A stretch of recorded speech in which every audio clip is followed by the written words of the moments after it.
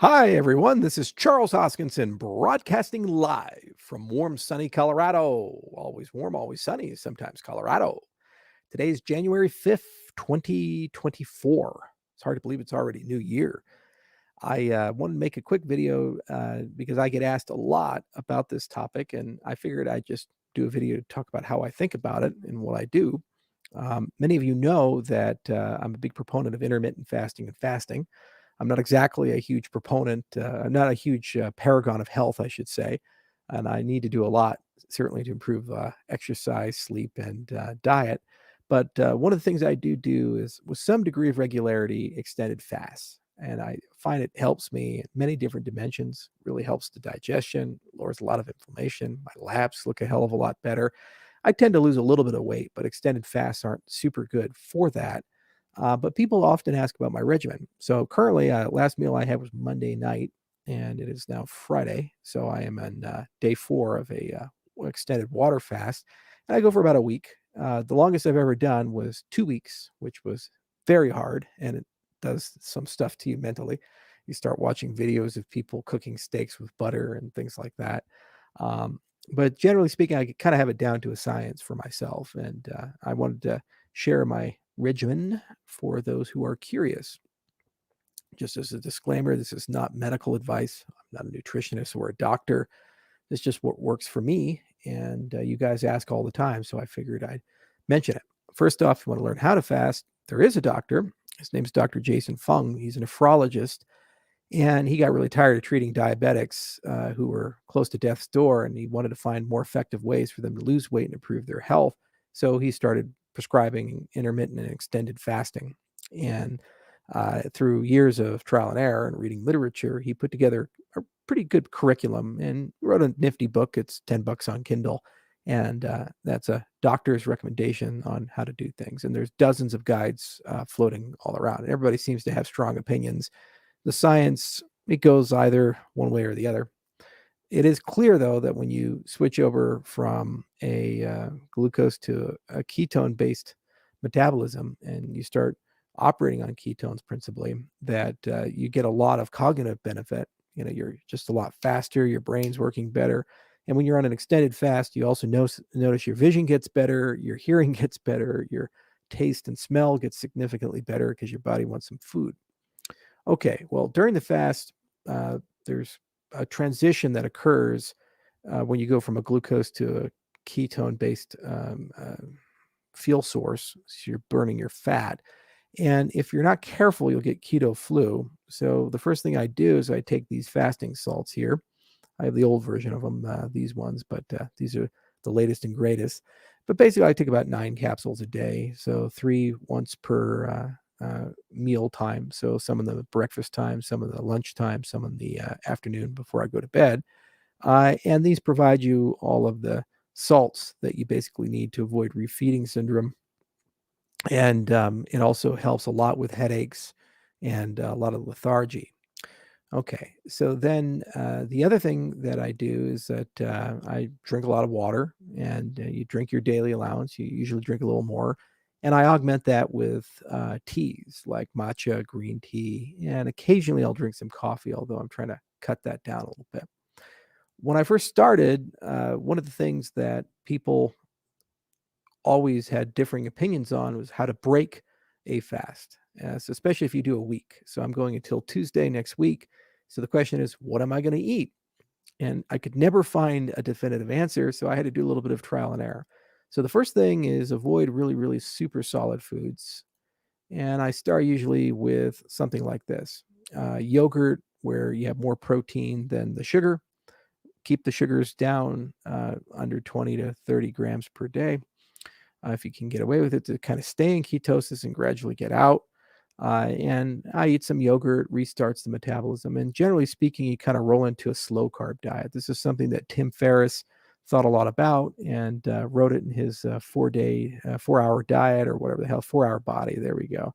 And actually, there's some really good things here. Like, this is a grilled chicken with red pepper. But you notice these are slow carbs. And so these are carbs that take a while to digest. They're not refined. And generally speaking, they don't spike your insulin. And they'll still keep roughly in ketosis or a little bit out, but you'll have a kind of a mixed metabolism from that. So that's what I tend to do, is that I'll get some of these guys and mix them with these. And then usually you can combine it with a probiotic drink. This will knock you out of ketosis because it's got too much sugar. But there's kombucha and other things. But generally speaking, you want to reset your microbiome and get that going. Slow carbs, these green leafy vegetables that come with it, they give you a lot of prebiotics, a lot of fiber to reset things. So that feeds the new bacteria that you're bringing in from both the yogurt and the probiotic drink. So I do that for a few days post fast, and generally speaking, everything gets reset. So what are the benefits? Well, what I notice is that I lose a lot of water weight. I've lost over 10 pounds, about 8 of which is water, and starting to now chip away at the fat. I have a light exercise regimen that I do, about 30 minutes of cardio, not significant. I don't do any weightlifting while doing extended fast.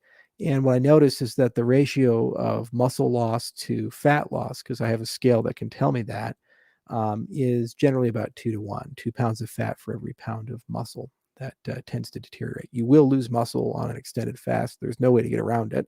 Your body needs that for gluconeogenesis, amongst other things. Your brain still runs on a little bit of glucose. You can't completely get off of it. If you're not doing it right, generally the ratio is a little worse, like 50-50. You lose a pound of fat for a pound of muscle. 3,500 calories in a pound of fat. So no matter how good you are at it, your basal metabolic rate and activity is only so high. The best you can hope for is probably a half a pound of 0.75 pounds of fat per day, depending on your size and how big you are when you get started. So not particularly appealing for weight loss. There is a modified diet that combines the best of fasting with the best of not losing muscle. It's called a protein-sparing modified fast. It was created by Cleveland Clinic in the 1970s for type 2 diabetics. And basically you eat around 1,500, 2,000 calories of high protein and a few other things with it. Keep the fats low, keep no sugars, and it keeps you in a fasting state. And it emulates as if you were in an extended fast, but you have exogenous protein, so you don't lose the muscle, meaning you can stay in the fast for a long period of time. Some people have done this for months. Ideal Protein, and there's a few other companies that float around that actually sell products that are along these lines, but it came out of the medical community, and there's nothing wrong with it, but it doesn't typically need to be somewhat supervised because there's some things that can go wrong. So anyway, those of you who ask, that's what I do. I love the mental benefits. I love the GI reset. Really prevents all the inflammation. I wear a Oura ring on my right hand, tells me how my sleep is doing. It's gotten considerably better actually over the last 6 months. So that's a big win. But one of the things I noticed right off the bat is that this used to not easily come off, and now it does.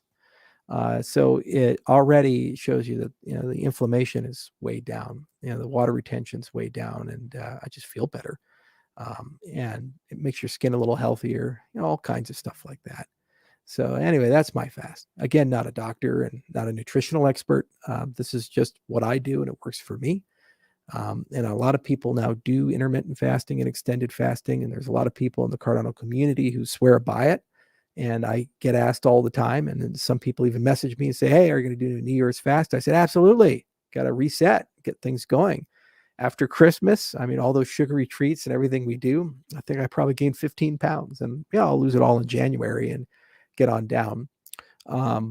There are plenty of things you can do coming out of a fast, using a fast as a way to bootstrap a different lifestyle, either a ketogenic diet or a slow carb diet or protein sparing, especially if your goals are to lose lots of weight. And a lot of people do that. And also some people like to combine fasts with meditative retreats. I've done that once, or spiritual experiences, because it puts you in a state where you're a little bit more open and creative, and you're a little bit more receptive to altered states of consciousness, which are typically connected to the mystical and spiritual. So it's another thing to consider. So if you're interested, I'd highly recommend you read Dr. Fung's book, and he can kind of take you all through it. And then there's all kinds of groups in every place that you can join and spend some time with. And of course, before you do anything, go see a physician, because it's not indicated for everybody, especially people who have insulin issues. but it is certainly something that's been with the human race for many thousands of years. Every religion has a fasting tradition. In fact, the Greeks wrote about fasting for cognitive enhancement with the cult of Pythagoras, well over 2,000 years ago.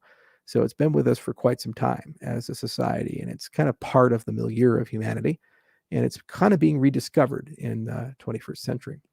Now, as a final thing, a lot of people ask, how long can you fast? And how long is the longest fast? And I love this trivia question.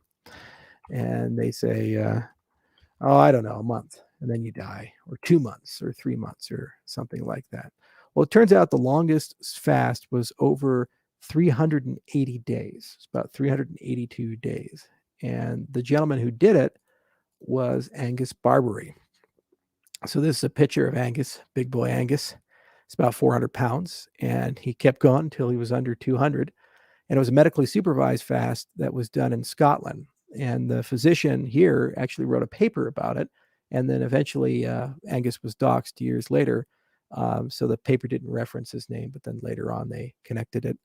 And you can kind of see what Angus's pants used to be and where he's at. And so he'd come in every week and they'd take labs, and they basically said, we'll tell you when you have to stop. And when he got to his goal weight, stopped. This is a pretty extreme example of, and that's actually his first meal, by the way, that little egg right there. But this is a pretty extreme example of how long things can go. So a week's not so bad in the context of 382 days. Again, not really recommended. And also your ability to fast an extended fast is directly connected to your fat reserves. You'll notice on the picture on the left, Angus is not a small man. He's quite corpulent.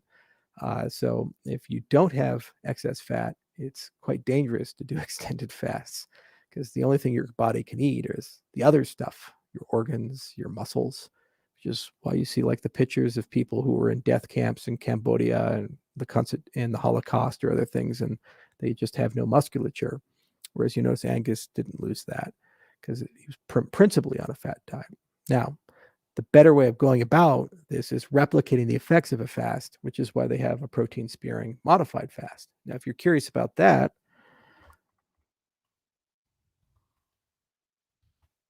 I'd highly recommend this link. Get started. And it is from the Cleveland Clinic, a great organization.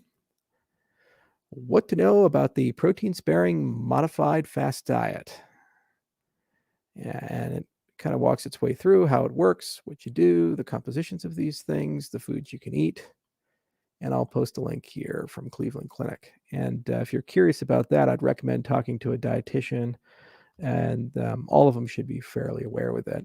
And a great way to get started with a protein-sparing modified fast diet is to start with an extended fast for a few days, then roll into it as you reintroduce the food.